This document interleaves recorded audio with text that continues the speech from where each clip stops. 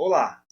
Nossa aula de hoje será sobre métodos qualitativos de pesquisa. Nessa aula eu vou mostrar para vocês dois métodos mais utilizados na área de gestão e negócios e dentro desses métodos o que vai tanto no TC1 quanto no TC2 a respeito desses métodos especificamente. Essa apresentação se baseia nos capítulos 4 e 5 do livro-texto da disciplina. E nós temos então três objetivos hoje. Quais são os principais tipos de métodos qualitativos? Como se faz pesquisação? Qual é o projeto, coleta e análise de dados que se faz em cima de pesquisação? E quais são o projeto, coleta e análise para estudos de caso? Para cada um desses métodos eu vou trabalhar com vocês assim, esses 4 itens que eu já tinha feito também na apresentação anterior. Delineamento da pesquisa, definição do local e dos participantes da pesquisa, técnicas de coleta de dados e técnicas de análise de dados. No vídeo passado, eu mostrei os principais métodos quantitativos. Aqui, hoje, vamos trabalhar com os diferentes métodos qualitativos. E aqui, da mesma forma, a gente pode dividir, a grosso modo, os métodos qualitativos em aqueles métodos intervencionistas, aqueles métodos que fazem algum tipo de intervenção em uma organização, em uma sociedade, em uma comunidade, por exemplo, observação participante e outros, e métodos que eu vou chamar aqui de observacionais por falta de um melhor nome. Eu não encontrei na literatura um nome, uma classificação para esses métodos que se propõem a trabalhar com problemas de pesquisa que não envolvem intervir, não envolvem mudar a realidade. Dentro desses dois grupos, eu vou trabalhar basicamente com vocês hoje pesquisação e estudo de caso. O que é a pesquisação? A pesquisação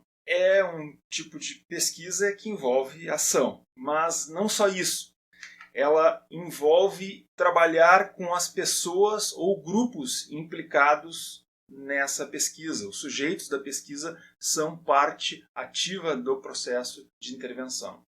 E consiste em não fazer uma ação trivial. Por exemplo, se você vai trabalhar numa organização e todo mês eles fazem lá o cálculo da folha de pagamento, talvez isso não seja uma ação que você participando num determinado mês vá ser considerado uma ação suficientemente relevante para justificar uma pesquisação. Por outro lado, se você for lá e a empresa nunca tiver feito nenhum tipo de estudo de cargos e salários ou definição de cargos, talvez a pesquisação seja uma atividade não trivial para aquela organização em específico. Delineamento da pesquisação.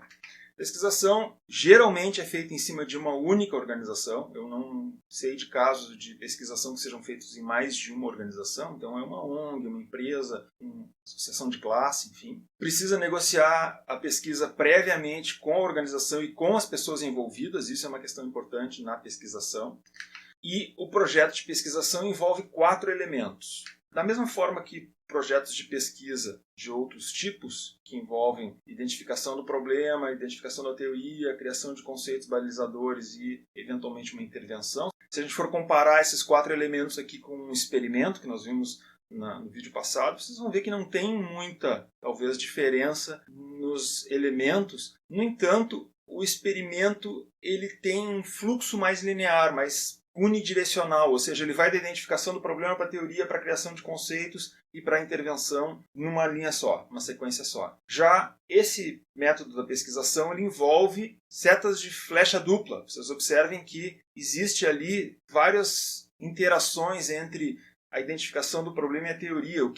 Qual é a teoria que dá suporte para esse problema aqui? Qual é que é mesmo o problema que essa comunidade está passando? Enfim. Então, essa é um processo de aprendizagem mútuo e interativo, diferentemente dos outros métodos que a gente viu até agora, que descem, em geral, do pesquisador em direção aos sujeitos da pesquisa. Essa linha aqui divide esses elementos de baixo, esses 2 elementos que são o sistema de prática, efetivamente é onde é feita a prática da pesquisação, a parte ação da pesquisação, e a parte de cima é o sistema de pesquisa, onde é criado conhecimento efetivamente a partir das atividades que são desenvolvidas ali. Esse desenho eu adaptei desse artigo de 2020, que faz uma revisão das pesquisas ação na área de serviços, e depois eu vou voltar a falar sobre esse artigo mais adiante. Aqui é uma página do livro do Tiolan, que é o principal autor na área de pesquisação. Ele traz esses 6 pontos que são, assim,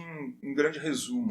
Requer uma ampla e explícita interação entre pesquisadores e pessoas implicadas. Vocês lembrem lá que no experimento, alguns exemplos que eu dei, os sujeitos nem sabiam o que eles estavam fazendo, não sabiam exatamente o que estava sendo experimentado, existia um pouco de cortina de fumaça ali para evitar que o sujeito se comportasse de forma enviesada, né, durante a pesquisa. Então, esse tipo de pesquisa não funciona assim. Os objetivos são claros, todo mundo tem que ficar sabendo. O objeto de investigação não é constituído pelas pessoas, e sim pela situação social em que essas pessoas estão inseridas, e aí entenda-se também situação social dentro da empresa, onde essas pessoas estão inseridas. Consiste em resolver ou pelo menos esclarecer problemas da situação observada. Muitas vezes a pesquisação ela não se presta necessariamente o objetivo dela a resolver o problema em que as pessoas estão envolvidas, mas talvez diagnosticar às vezes já seja o suficiente. Esclarecer esses problemas já é um grande avanço.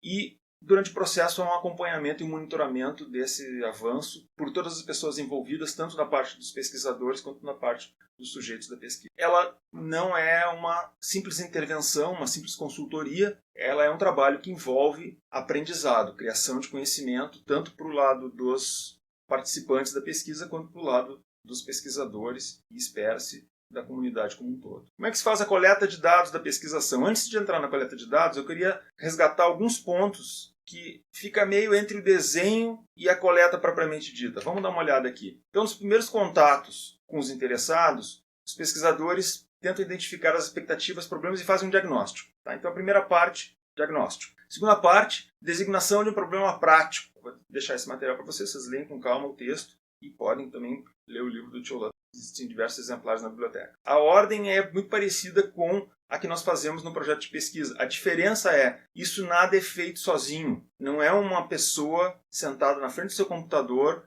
fazendo um trabalho e pensando o problema sozinha ou com o seu orientador. Esse trabalho ele envolve outras pessoas junto na organização para a definição do problema. Em pesquisa social aplicada, os problemas também de pesquisa são de ordem prática. Então, tenta-se achar um objetivo de ordem prática e a partir do momento que os pesquisadores interessados estão de acordo sobre esses objetivos, chegaram a um acordo, se estabelece um mecanismo de controle dentro da pesquisação que é chamada de seminário, que é um fórum onde os achados são discutidos e submetidos para todos os participantes. Chave. Aí começa efetivamente a coleta de dados. Para mim, a coleta de dados já tinha começado lá atrás. Mas, enfim, segundo o Tio Lan, que é o autor principal desse método, diz assim, a coleta de dados agora começa. Então, começa a coleta de dados efetuada por grupos de observação, pela própria comunidade, pelas próprias pessoas envolvidas, sob controle desse seminário central,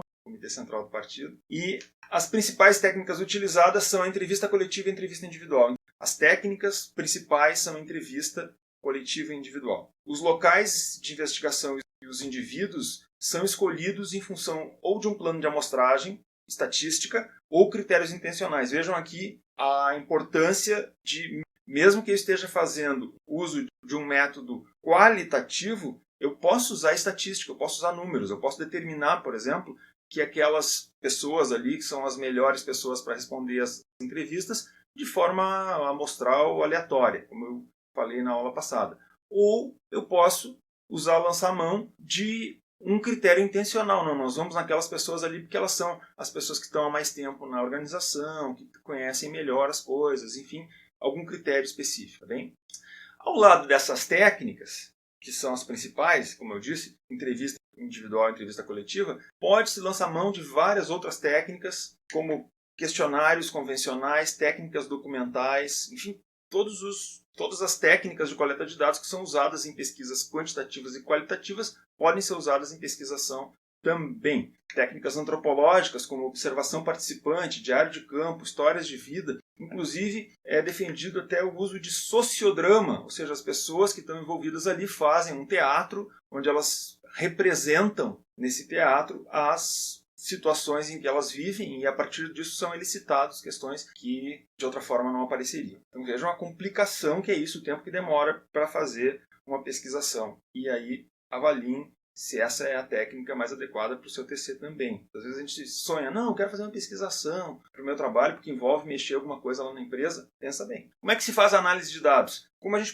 pode observar naquele material que eu trouxe ali atrás, a análise e a coleta de dados elas ocorrem simultaneamente de forma meio iterativa. Pode-se usar todas as técnicas que são utilizadas em métodos qualitativos, mas é importante entender que ela deve ser conduzida de forma participativa com os sujeitos da pesquisa, diferentemente de um experimento, de um levantamento, que o pesquisador vai para seu computador, abre os dados num pacote estatístico e roda estatísticas. Ali não, ali ele tem que discutir com as pessoas, enfim, voltar lá e trazer aquelas informações, e a partir daí essas informações são validadas. Um estudo que foi publicado agora em 2020, de 2 pesquisadoras brasileiras que analisaram uma série de atividades de extensão de universidades usando alunos de graduação como agentes de mudança em determinados contextos, constataram que é uma grande oportunidade para a formação de habilidades de gestão nesses alunos, gestão, comunicação. Quem quer saber mais sobre a pesquisação, eu recomendo o livro do Thiolan. Ele é um livro em português, ele é amplamente disponível na biblioteca, tem vários exemplares, então o aluno pode ir lá revisitar esse livro e ler o método. Ele é fácil de seguir, ele é um passo a passo. Consulte o seu orientador sempre, se esse é o melhor método para você utilizar no seu trabalho de conclusão. O orientador tem que ter certeza e firmeza de que ele está a fim de abraçar com você a pesquisação no seu TC. Pontos fortes da pesquisação e pontos fracos. Os pontos fortes, o maior ponto forte que eu vejo da pesquisação é que ela não se limita apenas a identificar nada. Ela vai lá e mexe. Ela identifica e, eventualmente, muda as coisas, que eu acho legal. Eu acho também interessante o fato de que ela leva em consideração muitas vozes e joga claro com os sujeitos. É uma coisa que eu confesso que me incomoda um pouco, essa coisa de enganar as pessoas no sentido de dizer, não, isso aqui, esse produto aqui é falso, tu usa aqui para ver como é que tu reage. Não me sinto totalmente confortável com isso, e muito embora, se tivesse que fazer, faria, claro, com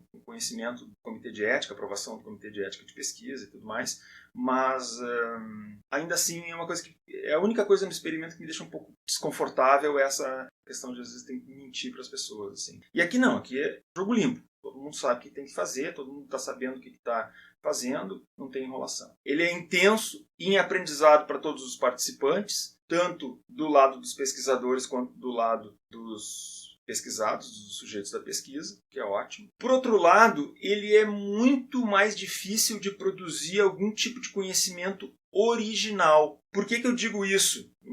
Trabalho de pesquisação, precisa ter uma equipe muito grande para a gente conseguir fazer algum tipo de intervenção. O que eu observo nas organizações? Que, em geral, as organizações querem fazer com a gente na universidade, pelo menos, são projetos que são muito atrasadinhos. As empresas que estão muito na frente não querem fazer projeto com a gente. E as empresas que querem fazer projeto com a gente querem fazer projetos que são, assim, mais simples. Estou falando de ponto de vista de gestão, tá? Então, o cara chama aqui a escola para ir lá fazer um fluxo de caixa, um não sei o quê. Ela quer fazer uma coisa banal com a universidade ou com os alunos. Raramente a gente recebe projetos que são projetos audaciosos do ponto de vista de gestão. Eles são projetos mais mundanos, mais tradicionais, e aí não tem muito aprendizado. É difícil a gente achar um problema que gere um conhecimento original, assim, que justifique uma pesquisação. Acho que tanto os pesquisadores quanto os sujeitos da pesquisa precisam ter bem claros os pressupostos do método. Então, essa ideia de ter que fazer interações constantes, eu nem sei se todas as empresas estão afim. Tipo, eu quero contratar alguém aqui, ou chamar a universidade aqui, ou deixar o aluno aqui vir fazer o seu TC e tal, mas eu não quero ter que fazer mais nada, não quero ter que trabalhar nisso. Ele que faça lá o trabalho dele, eu tenho minhas coisas para fazer. Não estou dizendo que todos pensam assim, mas acontece. E, de outro lado, também, olha, de repente o aluno estudou pesquisação, mas o professor não conhece direito, então tem que pensar um pouco assim, quem é que vai te orientar, se tu quer fazer pesquisação ou não, se a empresa que tu está querendo fazer tem condição, e o tempo também é fazer isso. Tá? Ela é pouco utilizada em administração. Aquele artigo que eu mostrei lá no slide 7, que faz uma revisão da literatura na área de serviços, usando pesquisação, ele varreu vários periódicos na área de serviços e ele encontrou apenas 100 artigos publicados usando pesquisação. Eu vejo muito poucos artigos de pesquisação, como revisor, me caem muito pouco nas mãos. Também nas aulas que eu dou para o mestrado, doutorado, muito pouco eu vejo artigos usando pesquisação. E nas bancas que eu sou convidado para participar, eu também vejo muito pouca pesquisação. Então, assim, é um método pouco usado. Então, dado que é pouco usado, tem pouco exemplo. Então, tem que pensar um pouquinho se quer ou não fazer isso aí. Também tem que ter farinha no saco para fazer, né? Tem que ter alguém que sabe fazer a coisa, que quer fazer lá a mudança. E uma boa pegada aplicada que envolve muitas vezes não só conhecer o negócio do ponto de vista técnico, saber fazer a coisa do ponto de vista técnico, como saber ter as habilidades mais intangíveis, mais tácitas, relacionadas ao trabalho de consultoria, que não é um conhecimento só técnico. A pessoa não resolve um problema numa empresa só com a parte técnica, só sabendo fazer um sistema de custeio. Ela precisa entender como é que faz mudança nas empresas. E ainda ter alguém que conhece pesquisa, que conhece como é que se gera conhecimento. Então, é um método que tem as suas particularidades, as suas dificuldades, em que pese ser um método muito atraente por essa série de coisas que ele tem ali como pontos fortes. E ele é mais longo e trabalhoso que os métodos observacionais. E aí vocês têm que tomar um cuidado danado quando vocês forem fazer o TC de vocês para ver se dá tempo de fazer uma pesquisação no TC, período que tem para fazer o TC. A minha experiência é que o TC é curto. Eu já mostrei o cronograma em uma apresentação passada e eu mostrei que o tempo do TC é um tempo curto. Então, se o tempo é curto, tem que agir rápido e não pode usar métodos muito longos, muito demorados. O que eu geralmente recomendo? E aí, assim, pensar um pouco o que tu quer fazer da vida. Se efetivamente tu quer colocar no teu TC tudo o que tu fez lá na empresa. Porque muitas vezes pode ser que seja interessante a gente fazer uma coisa na empresa, que às vezes é até maior, e utilizar só um pedaço para o TC. Por exemplo, eu tenho alunos que têm posições gerenciais e tudo, e eles, quando implementam alguma coisa na empresa deles, eu digo, olha, então vamos dizer o seguinte, para não ter risco de alguma coisa trancar na empresa, a gente não sabe bem o que acontece. Se de repente a empresa tranca o projeto no meio, o que eu faço? Digo para o aluno, volta o semestre que vem, não tem como terminar para o TC2? Se a empresa chega e diz assim, olha, não temos orçamento para seguir adiante aqui com esse projeto, o que a gente faz? Então, eu geralmente recomendo o seguinte para o aluno, olha, faz um estudo de caso e implementa as coisas que tu quer implementar a parte do teu TC. Não precisa escrever no TC que tu fez a implementação daquela coisa. Faz um diagnóstico no TC, faz uma identificação das alternativas no TC e aí implementa em paralelo. Se quiser implementar antes ou depois do TC, não tem problema. Ou se não, a empresa trancar e não quiser implementar, tá bom também. Não salvou o teu TC. Uma outra alternativa é, se tu e o teu orientador estão dispostos realmente a embarcar nessa viagem da pesquisação, e talvez até seja um pouco mais honesto de fazer isso, é dizer, bem, por restrições de tempo, equipe e orçamento, não se vai fazer uma pesquisação com todos os elementos previstos na pesquisação. Dos elementos previstos na pesquisação, esse trabalho fará tais, tais, tais e tais. E aí prepara o avaliador do teu TC, a pessoa que vai ler, o leitor do teu trabalho, para verem que tu vai fazer um TC que é inspirado na pesquisação, mas que não tem todos os elementos da pesquisação. Deixa claro isso no início, já tanto desde o TC1 dizendo, olha, isso aqui, só esses elementos aqui eu vou pegar da pesquisação. Ela vai ter uma intervenção, vai ter talvez algum processo de aprendizado, interação com as pessoas, mas não vai ter todos esses elementos aqui, e, portanto, vai ter um escopo mais limitado de uma possibilidade. Mas, enfim, avaliem vocês com o orientador de vocês. Né? Eu, geralmente, mas isso sou eu com os meus orientandos, eu sugiro que vocês façam isso com o orientador de vocês. Eu, com os meus orientandos, sugiro que não façam pesquisação, pelas razões essas que eu já mencionei para vocês aí. Mas aí é uma decisão que vocês têm que tomar, o orientador de vocês. Eu quero que vocês conheçam os prós e contras. Disparadamente, o método qualitativo mais utilizado na administração, eu não conheço as outras áreas, mas eu imagino que também seja o caso, métodos qualitativos, o mais utilizado é o estudo de caso. O que é o estudo de caso? Ele descreve um fenômeno e tenta construir conhecimento a partir dele. Então é uma descrição de um fenômeno. Uma pequena pausa aqui para a aula de inglês. O estudo de caso em português é traduzido como case research em inglês. Então, se vocês forem procurar artigos, aqueles de vocês quiserem procurar artigos em inglês ou materiais em inglês sobre estudo de caso, para pesquisa, use case research, porque se usarem case study, que seria a tradução literal de estudo de caso, vai encontrar muito material sobre caso de ensino, tá? Porque a tradução de caso de ensino é case study em inglês, que não é o que vocês vão querer especificamente. Procurem distinguir as duas coisas aí vai dar certo. O que eu vou falar aqui agora é como se faz um estudo de caso de pesquisa, não de ensino. O principal livro do método de estudo de caso é o livro do professor Robert Ian. Ele já está na 5ª edição e ele traz esse quadro: qual é o critério para validar a escolha de um estudo de caso. E ele diz que o estudo de caso se valida em 3 condições. Primeiro, quando a questão de pesquisa quer saber como uma coisa acontece ou por que ela acontece, ela não está interessada em quantificar, não exige controle dos eventos comportamentais, ou seja, não tem manipulação, e enfoca eventos contemporâneos. É muito comum que a gente encontre estudos de caso com essa formulação de problemas de pesquisa. Como tal coisa acontece, por que tal coisa acontece, não quantas pessoas vão votar fulano esse ano. Eu particularmente acho essa formulação muito rígida, avaliem, mas eu acho essa formulação um pouco rígida. Também tem uma outra coisa que eu tenho uma certa intolerância aí, que é a questão de enfocar eventos contemporâneos. Vamos chegar lá quando eu falar mais adiante prós e contras do estudo de caso. Por enquanto, descrevendo aquilo que é da literatura, não o que o Yuri pensa. Então, isso é o que o Ian diz. Delineamento do estudo de caso. Como é que a gente projeta um estudo de caso? Tem 2 coisas que a gente tem que colocar no TC1 da gente e também depois, de novo, no TC2, dizendo o que a gente fez, em caso de delineamento.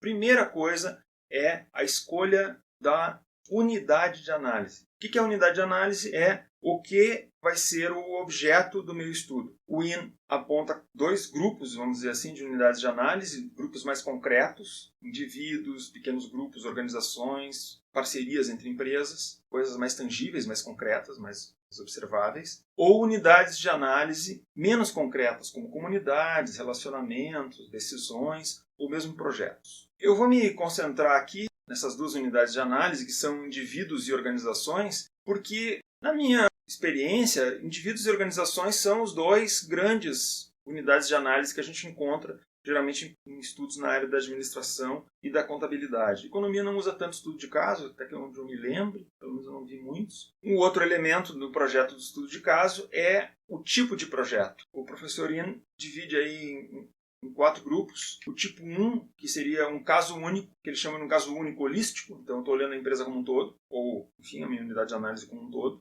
Não estou particionando ela. Esse é o formato mais comum para um TC. Geralmente o TC é um estudo de caso holístico único. Não estou dizendo que seja necessariamente o melhor, mas é o que eu mais vejo. Uma outra possibilidade é um estudo de caso único com múltiplas unidades de análise. Por exemplo, eu pego uma empresa e vou olhar para alguns clientes da empresa, o caso do cliente A, o caso do cliente B e assim por diante. Ou projetos de casos holísticos de múltiplos contextos. Por exemplo, 3 ou 4 empresas. Esse é o formato que eu vejo mais comumente na literatura acadêmica. Trabalhos acadêmicos, em geral, mesmo alunos de mestrado e doutorado, trabalham com estudos de casos múltiplos. É mais difícil a gente ver trabalhos de estudo de caso único sendo publicado. O estudo de caso único ele tem que ser muito bom para ele ser aceito num periódico. Eu já vi. Não que não tenha, mas é mais incomum. É mais comum a gente ter estudos de caso múltiplo que contrastam diferentes coisas, porque fica mais fácil de contar uma história, basicamente. E o mais complexo, que eu menos vejo, que é ter múltiplos contextos, sei lá, múltiplas empresas, e eu estou olhando os departamentos de cada uma dessas empresas e comparando cada um deles. Não é uma coisa muito comum, mas existe. Passando adiante, como se faz então a coleta de dados? Esse quadro aqui mostra 4 possibilidades de coleta de dados. Se eu estou coletando dados a respeito de uma organização, uma empresa, por exemplo, eu posso entrevistar pessoas daquela empresa para que elas me sirvam de informantes daquela empresa e eu saiba, afinal, como aquela empresa conduz determinadas práticas. Ou eu posso pegar documentos da empresa, por exemplo, que me tragam políticas da organização, resultados da organização, e essas fontes de evidência servirão para me elucidar questões relacionadas à organização. Por outro lado, se a minha unidade de análise for um indivíduo, por exemplo, eu quero saber como os gestores tomam decisões. Tem um artigo de 2003 muito interessante da professora Tima Bansal, que ele olha que questões ambientais vêm à tona para os gerentes de nível mais alto. Quando acontece um problema ambiental qualquer, quais os problemas que morrem lá na parte operacional e quais os problemas que são trazidos para o gestor, o CEO, para olhar. Então, isso é um tipo de um problema em um estudo de caso, era um estudo de caso múltiplo naquele caso, que a unidade de análise era o indivíduo. O indivíduo é um objeto interessante, eu acho que projetos também seriam objetos interessantes de estudo. Eu posso pegar também dados organizacionais a respeito do indivíduo. Aliás, quando eu peço que alguém, um indivíduo, dê informações a respeito da empresa, eu chamo esse indivíduo de informante. Ele está me dando informações a respeito de um determinado objeto que não é a si mesmo. Quando ele está respondendo questões a respeito de si mesmo, eu chamo ele de respondente. Ele é um respondente. Então, se eu estou fazendo uma pesquisa sobre intenções de compra, não é um método qualitativo isso, necessariamente, mas eu estou mandando questionários para pessoas que vão me retornar sobre suas intenções de compra. As pessoas que respondem esse questionário eu chamo de respondentes. Se eu mando questionários para empresas e quem vai responder, claro, é uma pessoa, a empresa não responde questionário, é a pessoa que está respondendo, ela é um informante. Ela está falando a respeito de outro objeto que não a si mesmo. Aqui é a mesma coisa. Aqui,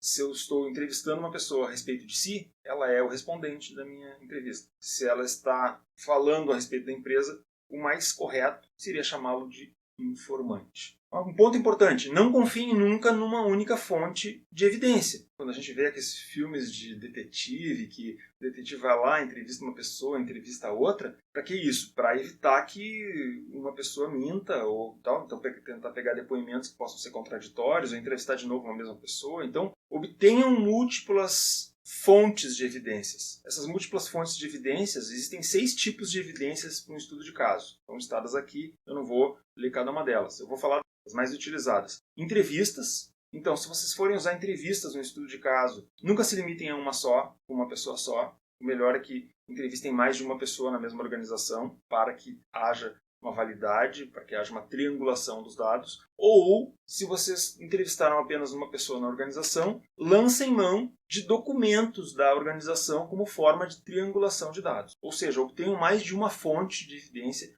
para aumentar a validade das informações e a confiabilidade das informações que vocês estão obtendo. Um ponto importante é que o fato do estudo de caso ser um método qualitativo não impede você de utilizar evidências numéricas. Não é porque o estudo de caso é um método qualitativo que eu não posso usar dados de balanço, eu não posso usar números da Bolsa de Valores ou evidências lá do relatório anual da empresa. O que faz o estudo de caso ser um método qualitativo não é o fato de não usar números quaisquer no trabalho. É o fato de que a principal fonte de evidência dele, ela é uma fonte de evidência textual. Muito embora não precisa necessariamente ser somente textual, mas a principal é textual. Passado, então, a parte da coleta de dados. Eu coletei os dados e tal, fui lá no meu TC1 e disse para os meus leitores no meu projeto de pesquisa. O delineamento da pesquisa vai ser assim, eu vou fazer um estudo de caso único, holístico, a unidade de análise vai ser organização, eu vou coletar dados com entrevistas a tais e tais pessoas por causa disso, disso e disso, e vou fazer observação ou analisar documentos por causa disso, disso e disso. Tá, passada essa fase, quer dizer, no projeto, no TC1, como eu pretendo analisar esses dados, e no TC2, como é que efetivamente eu analisei os. Então, existem 4 estratégias gerais que o professor Ian sugere. Partir de proposições teóricas, usando um método dedutivo. Partir de proposições, verificar se essas proposições se validam na prática. Partir dos dados, ou seja, usar um método indutivo. Eu vejo lá os dados, levanto aqueles dados e trago proposições a partir dos dados. Montar um quadro descritivo também é uma possibilidade. E examinar explicações rivais plausíveis também é uma possibilidade. O que eu vejo de forma mais ampla? A 2 em artigos científicos, partir dos dados e trabalhar de forma indutiva. Ou montar um quadro descritivo. No caso de TCs é o mais comum. Façam como vocês acharem, como o orientador de vocês sugerir. Eu apenas estou dizendo quais são os mais comuns. Como é que se analisam os dados? Tem várias formas de análise de dados. Análise de conteúdo, análise de discurso, análise da conversa. E aí vai embora. Né? Estudos qualitativos existem diversas formas de analisar e eu não vou aqui esgotar todas elas. O que eu vou sugerir é o seguinte. Observem que a análise de dados leva 2 a 5 vezes o tempo da coleta. E a minha experiência é mais ou menos isso mesmo. Tá? Então, depois que tu coletaste os dados, tem que transcrever as entrevistas, se tu foste lá, gravaste elas ou não. Tal. Então, já planeja no teu cronograma do TC1 esse tempo. Deixa já previsto e segue o que o teu cronograma arrisca, porque vai precisar de tempo para fazer a análise dos dados. Isso também limita um pouco o que eu posso coletar, né? Classificar os dados usando categorias de análise. Categorias de análise são uma das técnicas de análise de conteúdo que permite que você use elementos da teoria ou elementos encontrados nos dados para classificar as informações. Utilize etiquetas para marcar trechos do seu material. Isso pode ser feito através de um software ou através até de caneta Lumicolor. Tem exemplos aí no YouTube de uma professora que mostra como é que ela marca com um marcador de texto as diferentes partes, os diferentes tags do trecho do material dela. Frase, uma ideia, um pedaço da resposta. E a minha sugestão é que você reorganize seu material por categorias e não por respostas. Porque muitas vezes a gente pergunta assim, me fala um pouquinho da história da tua empresa. E lá na descrição dele contando como é que a empresa evoluiu ao longo do tempo, o gestor diz coisas que eu quero perguntar sobre outros pontos mais adiante. Como eu já me identifiquei, disse, olha, eu estou fazendo uma pesquisa aqui sobre sustentabilidade. Pode eventualmente já falar de coisas que eu estou interessado em saber, de perguntas mais adiante. Então, não é pelo fato de que ele respondeu isso na pergunta 1, que eu não vou usar isso no elemento que eu queria perguntar na pergunta 5. Às vezes a pergunta 5 eu nem faço, porque ele já me respondeu o que eu queria saber na 5 na pergunta 1. Sejam flexíveis, usem essa classificação dos dados para poder reformular, para poder reorganizar os dados de acordo com o interesse de pesquisa de vocês, não de acordo com o que a pessoa falou. A ordem em que o respondente utilizou para te dar as respostas não necessariamente é a ordem que tu vai apresentar aquilo no teu trabalho. Vai apresentar aquilo de acordo com a tua estrutura teórica. E se você quiser saber mais, o YouTube é teu amigo. Tem zilhões, eu não vou aqui esgotar esse assunto de forma alguma. Estou deixando aí 2 links de sites que fazem boas explicações sérias de como faz a análise qualitativa. Recomendo fortemente maratonar esses sites aí e olhar as explicações das professoras para ver como é que elas explicam essas técnicas todas que estão sendo descritas ali. Eu vou mostrar aqui um exemplo de uma aluna minha, a Luíse. Ela entrevistou 2 empresas. Aqui na esquerda vocês estão vendo uma tela do Word onde ela coloca quais eram as categorias de análise que ela ia fazer para Boxprint e para Positiva, que é uma outra empresa certificada pelo Sistema B de sustentabilidade. E ali, bem lá adiante, lá à direita, tem uma tela do Word onde ela está classificando a entrevista da Positiva. Então ela está marcando com aquelas cores, o código que ela marcou lá atrás, ela marcou com as cores. Então, em vez de marcar com marca-texto, ela marcou no Word com cores diferentes, que o Word permite aqueles marca-texto com cores diferentes. Ela usou essa marcação para esse tipo de coisa e usou também os comentários do Word para separar em categorias. É uma possibilidade. Os softwares de análise qualitativa ajudam muito, porém eles são geralmente caros, grandes e difíceis de usar. Eles requerem um certo aprendizado. O livro do Ian fala de alguns, o Atlas TI, o NVivo e outros tantos. Se você já usou esses softwares, sabe usar, use no seu TC. Agora, se você nunca usou antes, a minha sugestão é não deixa para aprender agora. Eu acho que é mais importante você aprender a fazer análise do que aprender a usar o software. A não ser que seu orientador diga, não, aprende a usar o software, vale a pena, eu te ensino, tem alguém aqui no meu grupo de pesquisa que vai te ensinar. Tudo bem, você vai aprender sozinho, eu não recomendo. Eu acho eles complicados demais para o uso que eles dão. Por quê? E o próprio professor Ian, no livro dele, nessa página aqui que eu estou trazendo para vocês, já explica por quê. Ele diz o seguinte, olha, 2 palavras são essenciais para o entendimento do valor desses pacotes de software. Auxiliadas e ferramentas. O software não fará análise completa por conta própria. Ele é um auxiliar. Você vai marcar lá, vai botar suas tags, aí depois se quiser só filtrar, eu quero saber só as partes todos os meus textos, eu quero saber quais são as falas que estão relacionadas à categoria A, B ou C, ele vai lá e puxa para você. É ótimo. Mas tem um custo, que é o custo do aprendizado, o custo de instalar, de usar, enfim. Não sei se vale a pena esse esforço aí, nesse momento da sua vida. Se você vai fazer TC1, TC2 agora no próximo semestre, minha sugestão é aprende a fazer a técnica sem o software, depois aprende o software se você precisar. Se você já sabe o software, tem alguém que te apoie para usar o software. Ah, meu irmão fez mestrado e aprendeu a usar software NVivo, eu tenho lá uma cópia em casa. Ah, é outra história. Usa, né? Mas estou falando, apenas a minha sugestão. Não se deixe levar por ela. Por que isso? Porque eles assim, entretanto, diferentemente da análise estatística, você não pode usar as saídas do software como se fosse o final da sua análise. Quando eu fiz uma estatística, eu pego a tabela que saiu do software, muitas vezes eu posso pegar aquela tabela ali e botar algumas alterações dentro do meu artigo. E aquela tabela tem os resultados do meu artigo. Tabela 2 tem o teste das hipóteses desse trabalho aqui. Os dados permitem confirmação da hipótese 1. Aqui não. Aqui, o que saiu do software é apenas o começo. Ele serve como insight, ele serve como elemento de aprendizado para você ir adiante na sua pesquisa. Então, você deverá estudar as saídas e determinar se estão emergindo padrões significativos, ou seja, quem pensa é você. Então, avalie se vale a pena ou não aprender o software. Deixo você bem livre para utilizar ou não o software se você quiser. Converse com o seu orientador, se ele acha necessário você usar o software, se você for usar um método qualitativo, ou se você pode usar uma ferramenta que você conhece. Eu sei usar o Google Docs, eu sei usar o Word, usem. Tem vídeos na internet que explicam como faz. O que eu acho importante colocar, tanto no TC1 quanto no TC2, é o protocolo de estudo de caso. Todos os meus alunos eu peço que coloquem o protocolo de estudo de caso, em especial o roteiro de entrevista. Vou falar um pouquinho mais adiante do roteiro de entrevista, mas assim, nas páginas no 87 a 98 do IN, essa edição de 2015, tem um roteiro que eu acho os mais detalhados. Ele tem uma síntese na figura 3.2, página 89, da quinta edição. Eu só estou me referenciando a essa versão porque é a versão que eu tenho acesso pela biblioteca. Mas qualquer edição que vocês tiverem tem a explicação de como faz. O protocolo, talvez o número de páginas não bata, talvez um pouquinho, uma página menos, uma página a mais, mas você vai encontrar no IN todas as informações que você precisa para fazer o melhor protocolo de estudo de caso que você já fez em toda a sua vida. Saia com o seu protocolo de estudo de caso já bolado direto no TC1. Não deixe para fazer no TC2. Não perca seu tempo fazendo protocolo de estudo de caso no TC2. TC2 deixa para fazer o seu estudo de caso, coleta de dados. Deixa para fazer entrevistas, fazer tudo que você tem que fazer. No TC1, pensa tudo que tem que fazer. Faz todo o planejamento do seu trabalho no TC1. Não deixa para fazer nada no TC2, de pensar a pesquisa. Falar um pouquinho mais sobre o roteiro de entrevista, ou roteiros de entrevistas.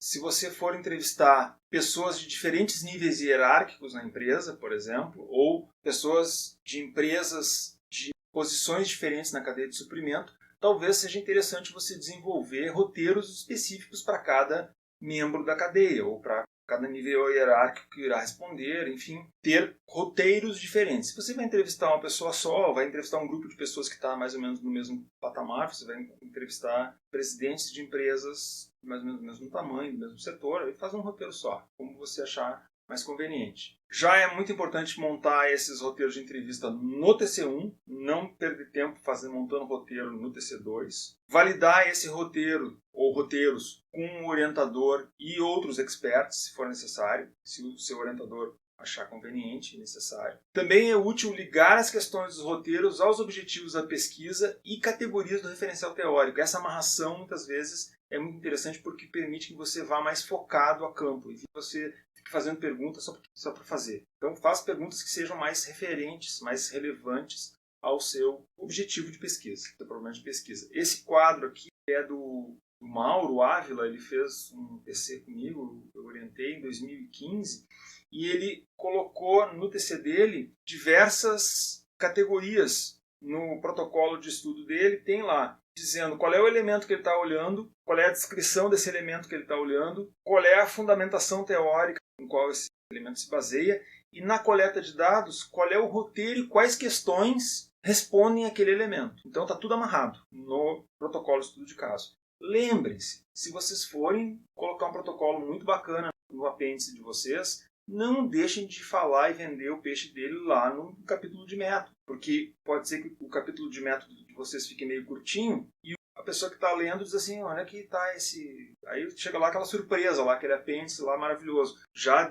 vende o teu peixe lá no capítulo de método dizendo, olha, lá no meu apêndice A tem o roteiro das perguntas, ou no apêndice B tem o roteiro das perguntas, no apêndice A tem o protocolo de estudo de caso. Mas traz no apêndice o máximo possível de informação para que a pessoa possa avaliar o teu trabalho e julgar. E isso também é uma ferramenta para você pensar o seu trabalho e focar ele mais. Será que eu não estou esquecendo alguma pergunta? Se você faz um quadro desse, eu garanto que você não esquece pergunta nenhuma e não faz pergunta que não precisa. Vale a pena. Bom, para saber mais sobre isso, o livro base para estudo de caso, para o método de estudo de caso, é o livro do IN. É um livro fácil de ler também, bem pequenininho. Tem na biblioteca, tanto na formato digital quanto no papel. Se vocês não encontrarem em papel aqui a quinta edição, que está aqui à esquerda, é a edição mais nova desse livro, vocês podem usar qualquer outra edição. Esse aqui foi o livro que eu li quando eu fui dar método pela primeira vez, sei lá, 20 anos atrás.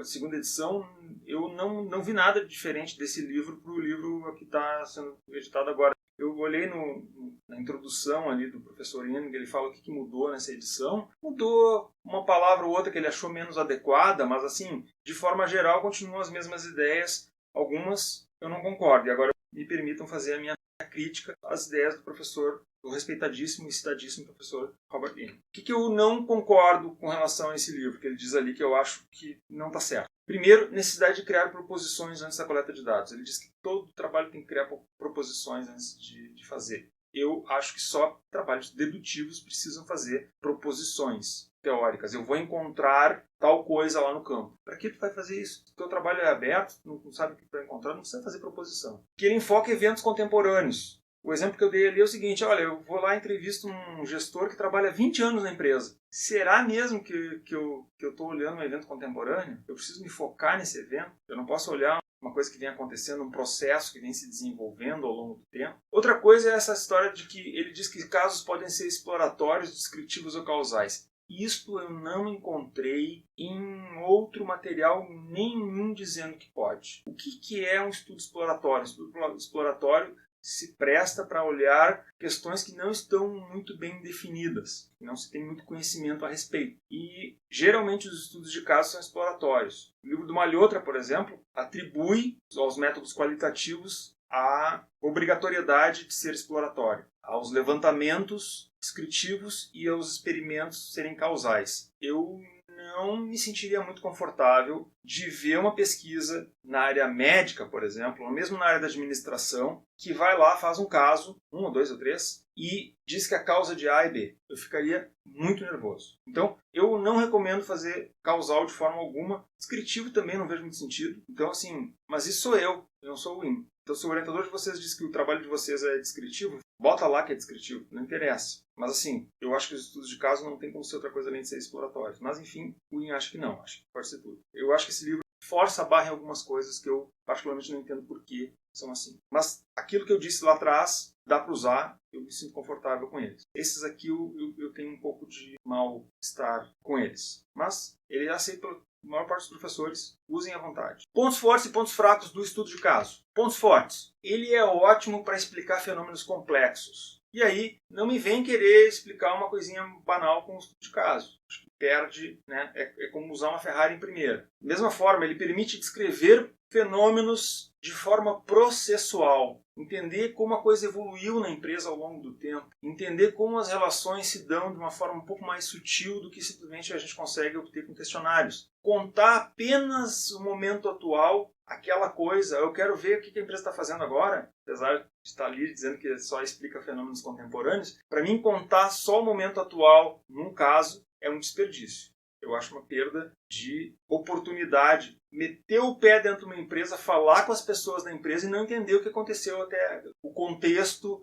as coisas que levaram aquela fenômeno a acontecer, a história daquele caso, eu acho uma perda de tempo. Mas enfim. E, por último, o estudo de caso ele permite obter uma riqueza muito maior de detalhes do que qualquer outro método quantitativo. Vocês nunca vão conseguir uma riqueza tão grande, por mais que vocês façam um questionário enorme, vocês jamais precisam super bom, vocês jamais vão obter esse mesmo grau de detalhamento que 4 ou 5 perguntas muitas vezes te trazem no estudo de caso. Ou pergunta nenhuma. Simplesmente chegar lá com a pessoa e dizer, abre teu coração para mim. Pode ser uma estratégia de pesquisa também. Existe isso, né? Se chama entrevista aberta. Eu não recomendo para quem não é tão experiente. Quem é menos experiente em pesquisa, minha sugestão, faça roteiros de entrevista abertos, flexíveis, semi-estruturados, que a gente chama, né? Com algumas perguntas mais abertas, que a pessoa possa abrir o coração dela e falar mais livremente, e não responder só sim ou não. Mas se esforcem para formular um roteirinho de entrevista para ir a campo um pouco mais preparado, porque eu acho que isso é melhor do que ir aberto para o campo. Para quem é jovem em pesquisa, quem é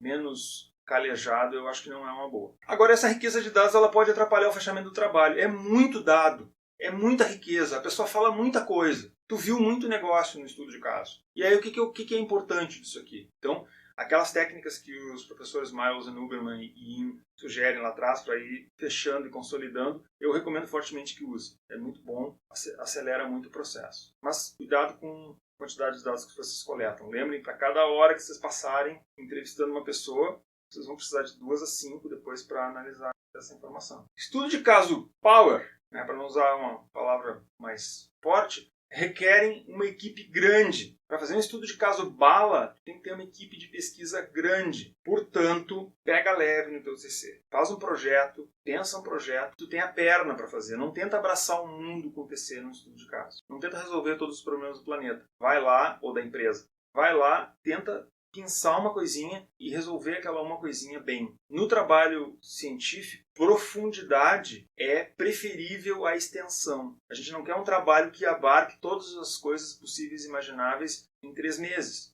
Não tem como. Então, te dedica a fazer o teu trabalho mais sucinto, mais rico possível, e para fazer isso tu precisa encurtar os teus objetivos, encurtar a tua expectativa com relação ao trabalho. É doído ter que dizer isso para quem quer que seja. É o meu trabalho há 20 anos dizer isso para meus alunos, dizer, olha, vai ter que encurtar um pouquinho a tua expectativa, tu vai ter que fazer um trabalho um pouco mais humilde, não tanto, deixa isso para depois, faz isso ao longo do tempo, faz em mais etapas, porque cada trabalho é um trabalho super árduo, super difícil, então é melhor você fazer esse trabalho bem, aos poucos, e entregar uma coisa boa, mas mais modesta, do que fazer um mega trabalho que não sai. Por último, e não menos importante, o estudo de caso ele não permite generalização. Vocês não precisam nem escrever isso no estudo de trabalho. O Indy fala lá de generalização, não sei o que e tal.